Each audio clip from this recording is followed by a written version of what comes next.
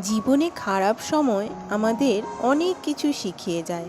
খারাপ সময় থেকে শিক্ষা নিয়ে যদি আমরা খারাপ সময় থেকে শিক্ষা নিই, তাহলে দেখবে ভবিষ্যতে আমরা খারাপ সময়টা কিন্তু খুব সহজেই অতিক্রম করতে পারবো, পার করতে পারবো। তাই খারাপ সময় আসলে বিচলিত না হয়ে সেটা থেকে শিক্ষা নেওয়া খুবই দরকার। তো চলো, আজকের ব্লগটা আমি স্টার্ট করে দিয়েছি সকাল থেকে, আর তোমাদের সাথে এই নিয়ে আজকে আলোচনা করব। তো চলো, টুকটুক করে আমি আমার কাজগুলো করতে থাকি আর তোমাদের সাথে এই নিয়ে আলোচনাও করতে থাকি। আমার জীবনে অনেক খারাপ সময় গেছে। সেই সময়গুলোতে কিন্তু আমি মানুষ চিনতে পেরেছি। সবথেকে যেটা বড় শিক্ষা দেয় আমাদেরকে খারাপ সময়, মানুষ চিনতে শিখিয়ে দেয়। দেখো, মানুষ তুমি খারাপ সময়তেই চিনতে পারবে যে কে তোমার আপন, কে তোমার পর, কে তোমাকে মন থেকে ভালোবাসে আর কে ওপর থেকে শুধু দেখায়। এটা তুমি খারাপ সময় না আসলে কিন্তু চিনতে পারবে না, বুঝতে পারবে না। ভালো সময়ে অনেকেই তোমার পাশে এসে দাঁড়াবে, কিন্তু খারাপ সময়ে যে তোমার পাশে এসে দাঁড়াবে সে হচ্ছে আসল বন্ধু, সে হচ্ছে আসল তোমাকে ভালোবাসে, মন থেকে ভালোবাসে, তোমার ভালো চায়। আর যারা খারাপ সময়ে দূর থেকে মজা নেয়, তারা যে কি চরম শত্রু বন্ধুরা, তাদের থেকে কিন্তু খুব সাবধান থেকো, খুব বেঁচে থেকো।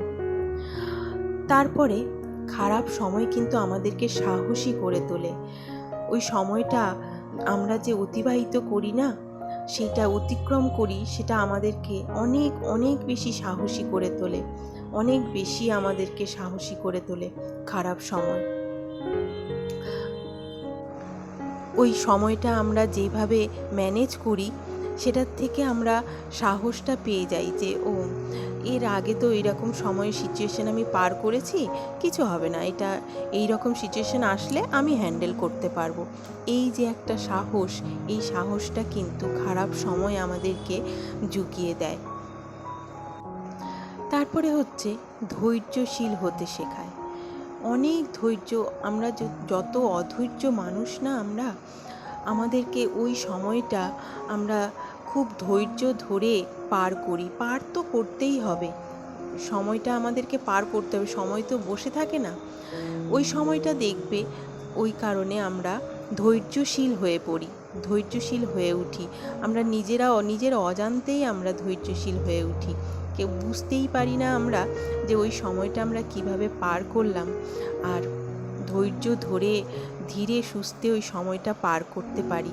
তো এই কারণে আমরা কিন্তু খারাপ সময়ে আমরা মানুষরা ধৈর্যশীল হয়ে উঠি। তো এইদিকে দেখো, সকালে বাবানকে শুধু ঝালসুজি করে দিলাম, ওর বাবাকে ছাতু দিলাম গুলে, লেবু দিয়ে আর বিট লবণ দিয়ে, আর আমি খাবো আম মুড়ি। তিনজনের তিন রকম ব্রেকফাস্ট। আজকে আর কিছু রান্না করতে ইচ্ছে করলো না সকালবেলা, শরীরটাও তেমন ভালো নেই। তো চলো, তারপরে আরও কয়েকটা জিনিস বলি যে খারাপ সময় থেকে আমরা কি কি শিক্ষা নিতে পারি। তারপরে হচ্ছে, আমরা একা থাকতে শেখায় আমাদেরকে এই সময়টা। আমরা না একা কি করে ভালো থাকবো সেই জিনিসটা শেখায়। যেহেতু এই সময়টা আমরা বুঝে যাই যে কে ভালো কে খারাপ, মানুষ যেহেতু চিনতে শিখে যায়, সেই কারণে আমরা একা থাকতেও শিখে যাই। আর একা থাকা না সব থেকে ভালো জিনিস। একা মানে একদম একা না, ওই খারাপ বলে না, দুষ্ট গোয়ালের থেকে শূন্য গোয়াল ভালো। তো ওই খারাপ বন্ধুর থেকে একা থাকা অনেক ভালো, অনেক ভালো। নিজের মতন করে থাকো আর নিজের থেকে শিক্ষা নাও। যেগুলো আমাদের মধ্যে যে ভালো জিনিসটা আছে সেটাকে আরও ভালো করার চেষ্টা করতে পারি আমরা একা থেকে। তারপরে হচ্ছে যে জীবনের মানে বুঝতে শেখায়। জীবনে ওই সময়টা, খারাপ সময়টা কেন আসলো, কি আমি ভুল করলাম যে এই সিচুয়েশানে আমাকে পড়তে হলো। তারপরে ওই সিচুয়েশানে যেন আর না পড়তে হয়, কি করলে যেন আর ভবিষ্যতে ওই রকম সিচুয়েশানে না পড়তে হয়। এই রকম অনেক কিছু শিখিয়ে দেয় আমাদেরকে জীবন, অনেক কিছু শিখিয়ে দেয়। তারপরে হচ্ছে যে কোনো পরিস্থিতিতে মানিয়ে নিতে শেখায়। আমরা কিন্তু দেখবে ওই রকম যদি সিচুয়েশন পার করি না মাঝে মাঝে, তাহলে আমাদের একটা ওই যে বললাম সাহসী হয়ে উঠি, ধৈর্যশীল হয়ে উঠি, তাহলে আমরা কিন্তু যে কোনো পরিস্থিতিতে মানিয়েও নিতে পারি।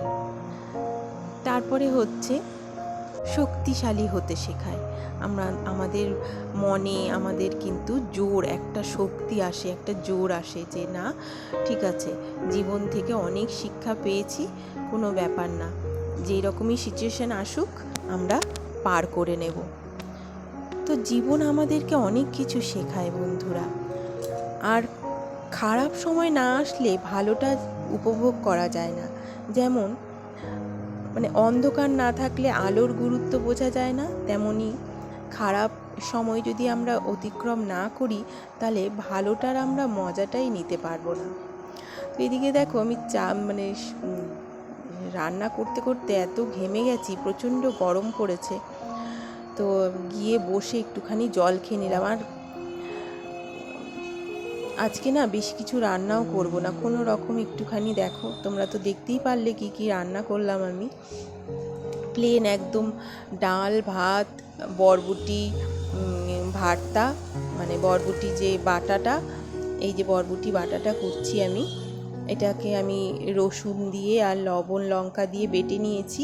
আগে একটুখানি ভাপিয়ে নিয়েছি বরবটিটা, তারপরে কালো জিরে শুকনো লঙ্কা ফোড়ন দিয়ে পেঁয়াজ কুচি দিয়ে ভালো করে পেঁয়াজটাকে একটু ভেজে নিয়ে তারপরে বাটাটা দিয়ে দিয়েছি। এটা অসাধারণ লাগে খেতে, এক থালা ভাত এটা দিয়েই যেন খাওয়া যাবে, গরম গরম ভাত। বাবান তো খুবই ভালোবাসে। তো তারপরে আমি একটা সব মেশানো তরকারি করেছি, আর পটল ভাজা আর আলু ভাজা, ব্যাস এই, আর কিচ্ছু আজকে করব না। তারপরে আমি সব কিছু একদম পরিষ্কার করে নিয়ে চলে যাব। আর আমার ছেলেটা নিরামিষ খেতে যে কেন শুরু করলো কিছুই ভালো লাগছে না, কিছু বুঝে পাচ্ছি না। মাধ্যমিক দেবে, আর এর মধ্যে যদি ওর মধ্যে প্রোটিনের ঘাটতি হয়, কি করে এত পড়ার চাপ নেবে, কি করে রাত জাগবে আমি জানি না। খুব টেনশনে আছি বন্ধুরা, এই নিয়ে প্রচণ্ড টেনশনে আছি।